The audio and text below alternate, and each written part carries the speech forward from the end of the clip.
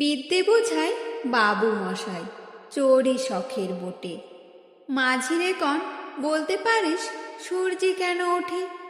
চাঁদটা কেন বারে কমে, জোয়ার কেন আসে?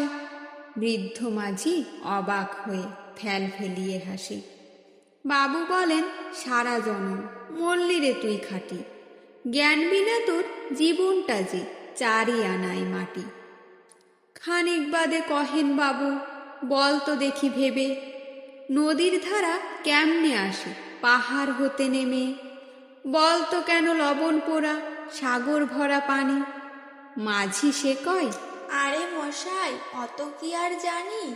বাবু বলেন এই বয়সে জানিস নে তা কি, জীবনটা তোর নেহাত গেল অষ্ট আনায় ফাঁকি। আবার ভেবে কহেন বাবু বল তো ওরে বুড়ো, কেন এমন নীল দেখা যায় আকাশের ওই চূড়ো? বল তো দেখি সূর্য চাঁদে গ্রহণ লাগে কেন? বৃদ্ধ বলে আমায় কেন লজ্জা দিচ্ছেন হেন?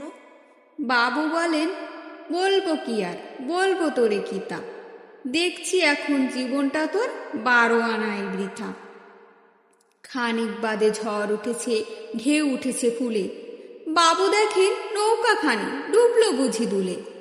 মাঝি রেকন এ কি আপদ, ওরে ও ভাই মাঝি, ডুবলো নাকি নৌকা এবার, মরবো নাকি আজি?